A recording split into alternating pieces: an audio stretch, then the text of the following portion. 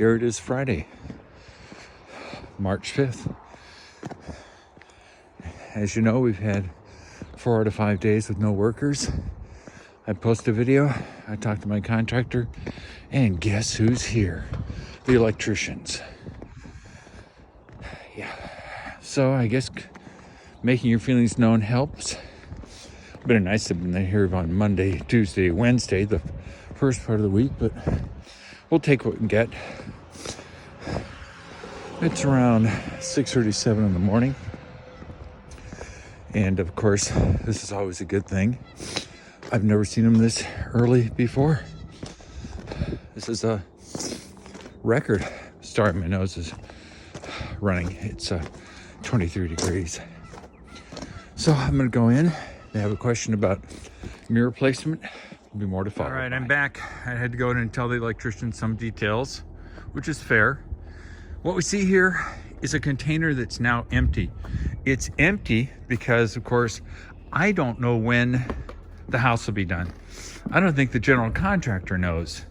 Now, it should have been done on January 8th, and it hasn't been. It's obviously March 5th. I think that's what it is. So I have to find space to store my stuff. In this container, 10 minutes ago, was my Camaro that was being stored in here. Now, getting a car as wide as a Camaro out of a container like this, it's a challenge. But I've done it so many times with so many different cars that I've actually gotten pretty good at it. So these shipping containers are obviously not flush with the ground. You don't want them flush to the ground because then water will leak in. So I had to jerry rig this plywood OSB setup with paving stones underneath it, paving bricks. So now the Camaro is out. It is a gorgeous car. I mean, I know I'm off topic here a little bit.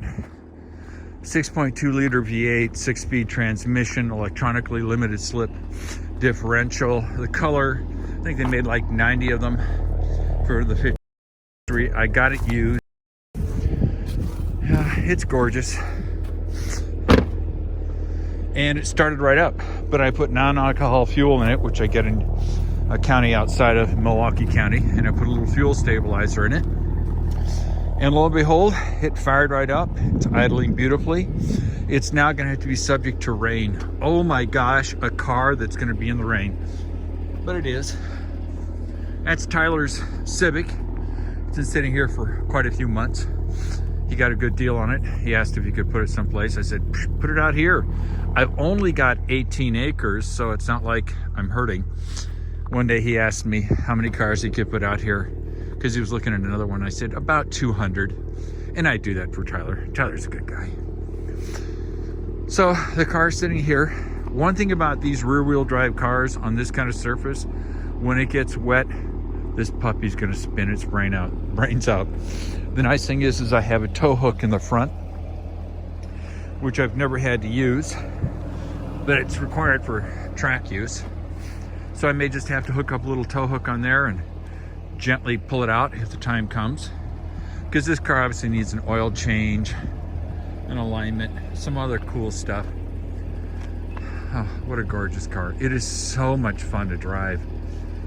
You can break the rear end loose if you get into the traction control system. It's a sweet ride. People always call it the bunker because the windows are so narrow. I don't really care. I'm not really trying to stick my head out the window. So now I need to put all this stuff back into the container. And over the next few weeks, I'll be bringing stuff from the apartment and putting it in the container. Biggest issue here is this container does not have any insulation in the roof, and it gets what's called container sweat. You can see some water there. And what happens is the moist air comes in, it's warm, and then suddenly it gets cool. The coolness then condenses the moisture on the roof and it drips down. So the Camaro, of course, is covered with this thin painter's plastic, which protects the surface from any minerals or other junk that's on this roof. But life is good. Got it done.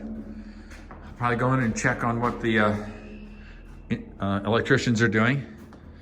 And I'll be back. All right, bye. The container is all loaded up. I had a friend call while I was loading the container. He said, why are you getting the car out so early?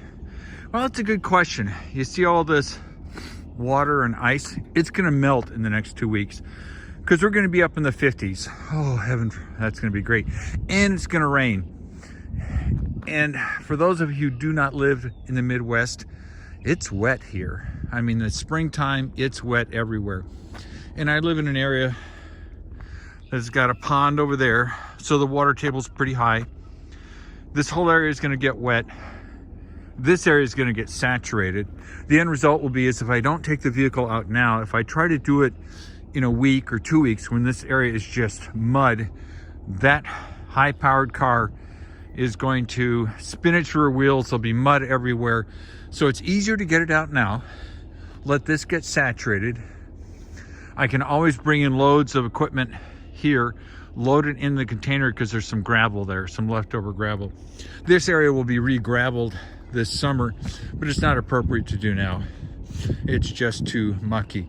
And even though it's 25 degrees now, the sun is hitting this ground and you can start to see that the water's melting and the mud's getting muddier, if that's such a word. So that's one of the reasons it's being done now. Now I'm gonna go back in, take another peek at the guys work, and we'll go from there. Talk to you later.